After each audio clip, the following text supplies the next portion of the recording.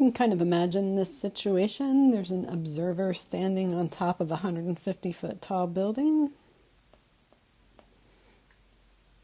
There's my observer, looking down at a car that's moving. So ground, and here's the car in its first spot that the observer sees it in. The angle of depression is 18 degrees, so that's the angle between straight out from the observer and where they're looking down at the car. Angle of depression is 18 degrees, which is up here, but alternate interior angles, it's also in here by the car. There's my 18-degree angle.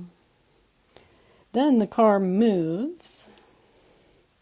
So at the end of when the person's watching it, here's the car over here, looking down at it, and now the angle of depression is 32 degrees, which translates down here, alternate interior angle, 32 degrees. The question is, how far did the car move? So from the initial position of the car to the ending position of the car, there's what I'm looking for. We'll name that X. Well, X is not part of any right triangle. It's a part of a triangle, but not a right triangle. So somehow out of this we have to find some right triangles so that we can figure out what X is.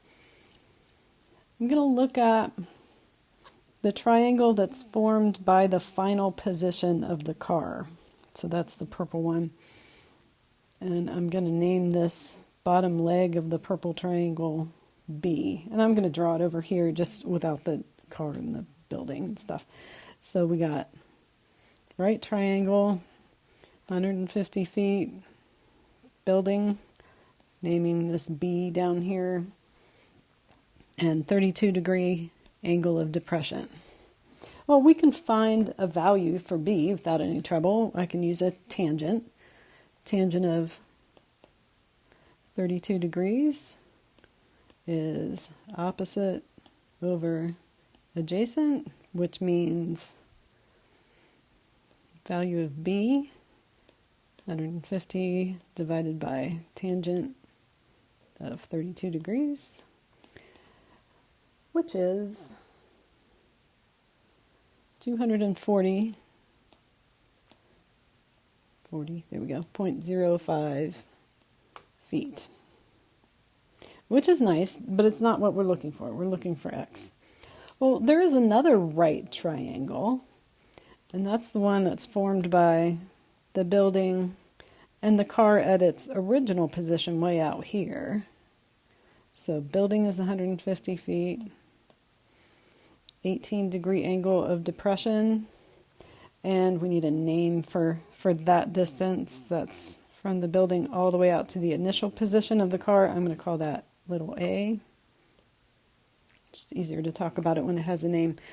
I can use a tangent again to find the length of A.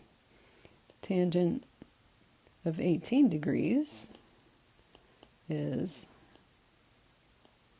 150 divided by A, which means we can rearrange that.